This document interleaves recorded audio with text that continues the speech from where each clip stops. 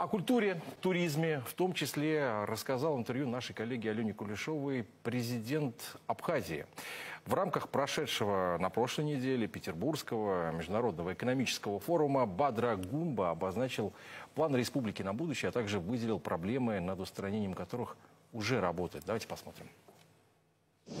Бадр Зуравович, спасибо большое, что нашли для нас время. Хочется начать, может быть, с не очень такой приятной темы. Вы пришли к власти после очень непростых событий в ноябре 2024 года. О большой семье, как стандартно это бывает после размолвок, хочется сделать какие-то выводы и уже больше не возвращаться к этим темам. Вот вы для себя какие уроки извлекли из того, что происходило? Спасибо большое. В первую очередь хочу поблагодарить вас за возможность побывать на вашей площадке, за приглашение. Безусловно, вы отметили непростой этап в нашей стране. Это период ноябрьских событий, когда президенту пришлось сложить свои полномочия. Конечно же, это огромный удар по становлению нашего государства. Такие события не могут не отразиться на жизнедеятельности государства. Надеюсь, что такого рода событий в Абхазии происходить больше не будет. В этом смысле, безусловно, вы правильно отметили, даже в одной семье бывает разлад, но нам надо научиться жить мирно, созидать вместе, выстраивать высокую политическую культуру. В этом смысле я уверен, что и народ Абхазии, мудрый народ Абхазии не даст возможности политикам действовать ради достижения личных целей и нарушать в том числе Конституцию нашей страны. Слава Богу, этот политический кризис пройден.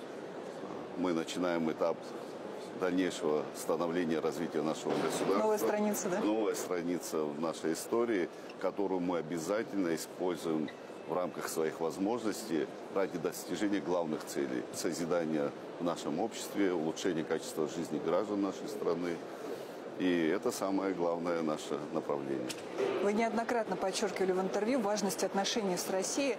Вот сейчас роль России, например, в вопросах экономической безопасности или просто безопасности Абхазии, вот насколько она важна и какие-то конкретные инициативы уже сейчас существуют, потому что весенний ваш визит, да, в нашу страну, он наверняка тоже принес какие-то свои плоды. Роль России вообще в становлении нашего государства, безусловно, велика. Российская Федерация последовательно осуществляла поддержку нашей республики. Даже после тяжелых известных событий войны 92-93 годов мы столкнулись с новыми сложностями экономического характера. И в этой связи с приходом Владимира Владимировича Путина, конечно же, у нас ситуация в стране резко начала меняться. И экономический рост, и военная безопасность. Вы знаете, что с 1994 года в Абхазии на границе с Грузией находились миротворческие силы Российской Федерации. Они находились по мандату стран СНГ, но полностью были укомплектованы российскими военнослужащими. В этом смысле мы всегда помним поддержку, в том числе и в вопросах безопасности, военной безопасности. Для нас это ключевая история. Народ Абхазии благодарен за такую поддержку. Уверен в том, что мы при новых условиях, в условиях признанности нашего государства, главным образом со стороны Российской Федерации, мы будем выстраивать очень прагматичные, правильные, честные взаимоотношения с Российской Федерацией. Народ Абхазии столетиями стремился к своей независимости, признанности. Сегодня этот результат достиг. Нам на этом останавливаться нельзя. Нам необходимо укреплять нашу республику. И, конечно же, благодаря и поддержке Российской Федерации. Экономическая безопасность, она ключевая. Мы в рамках нашего взаимодействия, используя те возможности, которые предоставляет нам Российская Федерация, и, исходя из своих собственных возможностей, выстраиваем эту политику. Взаимодействие у нас налажено практически по всем отраслям. Это и поддержка в энергетической отрасли, в развитии инфраструктуры, в социально-экономическом развитии. Так что эти программы взаимодействия, они набирают оборот, и будем дальше взаимодействовать в рамках этого вектора. Мы вот начали говорить про семью, да, но в семье тоже есть люди, на которых в принятии решений тебе надо опереться. Вот, грубо говоря, сейчас, например, в стране есть какие-то отрасли экономики, которые чисто теоретически могут стать драйверами и действительно продвинуть страну вперед. Вот кого бы вы выделили?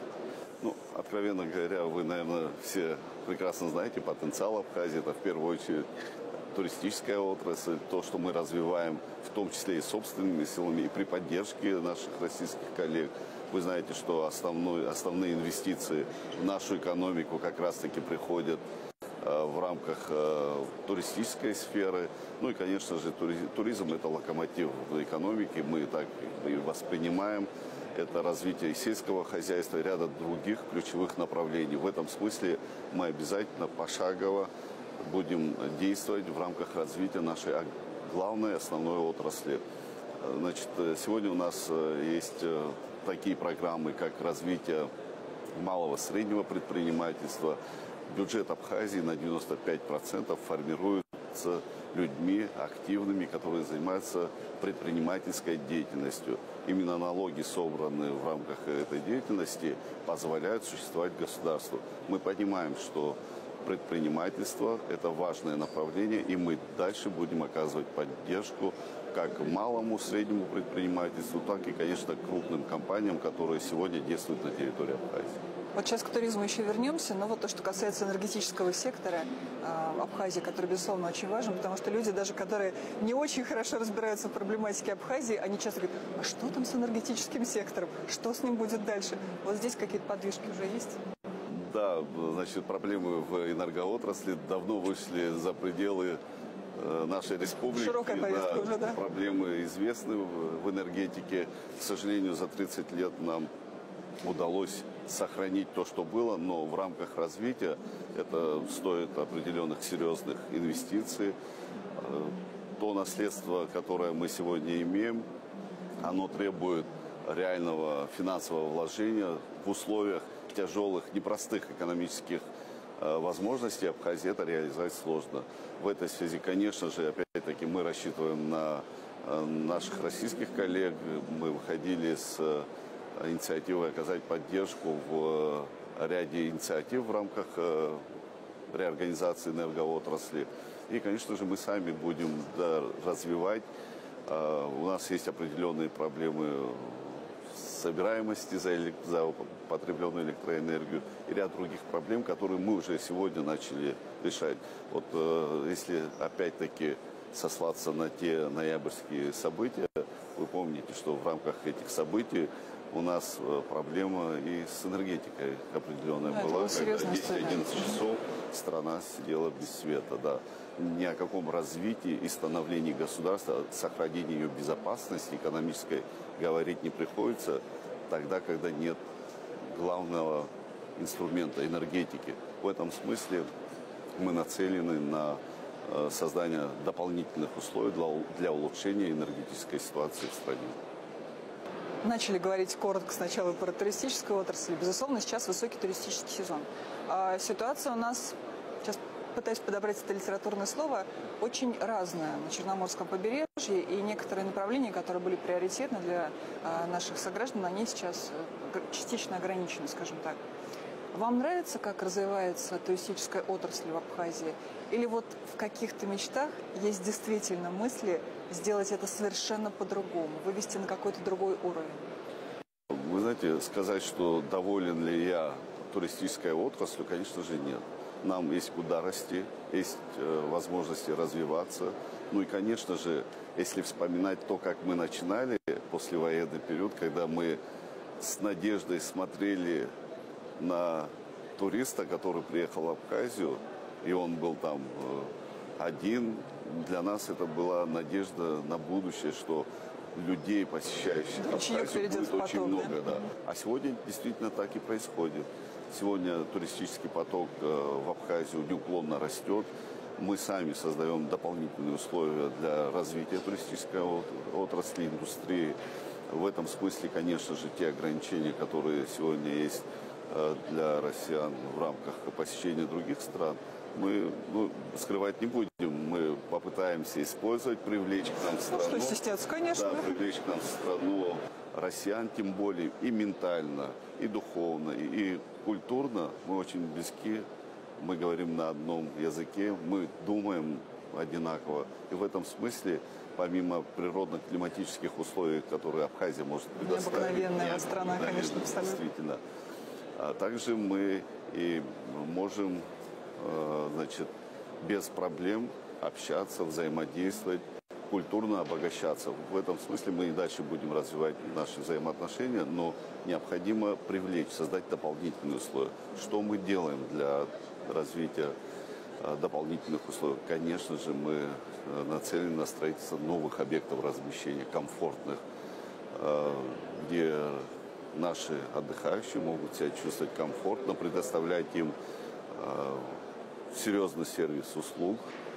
Тем более все поездили, посмотрели мир, поняли, как, мы что, понимаем, где. что в этой отрасли, в этом направлении необходима серьезная поддержка государства, потому что конкуренция высокая, очень бешеная, можно сказать. И в этой связи мы, конечно же, будем помогать. Мы разработали программу поддержки бизнеса, предпринимательства. Кстати говоря, программу льготного кредитования российскими банками, абхазских предпринимателей, которые будут строить и основные объекты, это туристической направленности. Мы развиваем инфраструктуру. Вы знаете, что пункт пересечения на КПП ПСО, он довольно-таки ограничен в своих объемах. Сегодня люди, которые едут отдохнуть в Абхазию, бывает, что и 5-6 часов застревают на границе. Да. Исходя из этого, мы выходили с инициативой оказать нам содействие в открытии международного аэропорта города Сухум имени Владислава Ардзинба. И российские коллеги нам помогли в этом. Сегодня, в этом году, с 1 мая, стартанули регулярные рейсы, авиарейсы из городов России в Сухум. Надеюсь, что география городов российских, откуда к нам приезжают туристы, будет расширяться, используя эти возможности. Также мы открыли железнодорожные сообщения, регулярные железнодорожные сообщения также пошли с 1 мая текущего года. Это электричка Диаскурия, которая связала город Сухум и Сочи, Сириус. В этом смысле работа ведется. Мы и дальше намерены расширять возможности для наших граждан, для граждан, которые посещают Абхазию с целью туризма, насладиться и природой, и достопримечательностями нашей страны. Начали чуть-чуть говорить про людей. Понятно, что богатство любой страны – это люди. И, соответственно, чем все у них лучше складывается в жизни, чем более стабильная их жизнь, тем и на благополучие страны это так или иначе сказывается. Вот что сейчас делается в социальной сфере, да, чтобы люди понимали, что они видят здесь перспективы. Им не надо уезжать, чтобы достичь каких-то высот. Они могут себя реализовать в этом месте. Вот на ваш взгляд. Конечно же, самое главное, наша деятельность заключается в удобстве и комфорте, создании удобства и комфорта для наших граждан. Вы знаете, я все-таки еще раз позволю себе сослаться на непростой период Отечественной войны народа Абхазии, послевоенный период, когда прошла серьезная для народа Абхазии война, когда мы выстояли перед лицом исчезновения, народ Абхазии объединился и сохранил свою историю, культуру, самобытность. Война была, и ее последствия были очень тяжелые. Мы, к сожалению, после военный период столкнулись с блокадой, и это все не могло не сказаться на тех возможностях государства, которые бы хотелось бы достичь в последние годы. Это мешает? Вот, допустим, сейчас частичное международное признание, оно как-то ограничивает Абхазию? Вы знаете, касаясь признания, для нас самая главная ключевая история заключалась в признании нашей независимости со стороны Российской Федерации. Это произошло, мы дорожим этим признанием. И, конечно же, мы на этом не останавливаемся. Вы знаете, что ряд государств признало независимость нашей страны. В этом смысле мы продолжаем эту работу. Для нас очень важно признание мировым сообществом. В этом смысле мы опираемся на поддержку, в том числе Российской Федерации. Вы знаете, что в рамках наших совместных документов мы действуем во внешней политике скоординированно. И я уверен, что эта скоординированность даст нам возможность реализовать еще много признания рядом других стран. А вот эти инициативы Китая, которые вот была в СМИ информация, что Китай тоже заинтересовался Абхазией. Вот можно так чуть-чуть приоткрыть секрет, какие у них были цели и что им нужно было? Да, действительно, и со стороны Китая была заинтересованность. Ну, мы понимаем, что со стороны Китая в большей степени это экономическая заинтересованность. Абхазия географически расположена в уникальном месте. И, конечно же, для китайцев важно было понимание того, что можно реализовать на территории Абхазии. Мы готовы взаимодействовать со всеми, но главный курс для нас, конечно же, это Российская Федерация, выстраивание правильных, серьезных, прагматичных отношений. Может быть, философский вопрос, но никогда не знаешь, что будет дальше. Что жизнь, она очень разная. Вы занимались финансами, вы были министром культуры. Вот совокупность всего этого, она влияет, как вам кажется, на то, как вы сейчас управляете страной? Вот что в большей степени? Или все такое вместе в консолидации? Вы знаете, я считаю, что влияет, конечно же. Я совершенно по-другому и с другого ракурса смотрю на разные процессы. Конечно же, в первую очередь, я смотрю на все процессы через призму сохранения идентичности народа нашей страны. Так сложилось, что истории нашему народу пришлось пережить много трагических страниц в своей истории. И это все было сделано не зря. Поколениями наши предки сохраняли свою самобытность, культуру, свой язык. И для нас очень важно, чтобы сейчас при современном поколении все это достояние не потерять. Наоборот, приумножить и дать возможность нашим детям нести в себе эту великую культуру. Поэтому я на все эти процессы смотрю со стороны сохранения всего наследия, которое у нас было. Не в рамках экономических взаимоотношений, потенциала. Экономику можно выстроить. Если только задаться целью выстраивать экономику, конечно, экономику можно выстроить, но с сохранением идентичности это сделать сложнее. Поэтому для меня и, конечно, работа в Министерстве культуры в качестве министра культуры и все те основные философии, заложенные в нашем народе, это приоритет для сохранения. Я понимаю, что, может быть, рано задавать такой вопрос, но вы бы как хотели остаться в истории Абхазии? Как президент, который... Вы знаете, самое главное остаться президентом в памяти людей, человеком, который сохранил свой народ, сберег, приумножил достояние народа и оставил такие добрые, правильные шаги, которые десятилетиями будут полезны для наших людей. Сама цель оставить свое имя, конечно же, это хорошая идея, но для этого надо очень много стараться. И я буду стараться ради достижения главных целей, заложенных в основу существования нашего государства.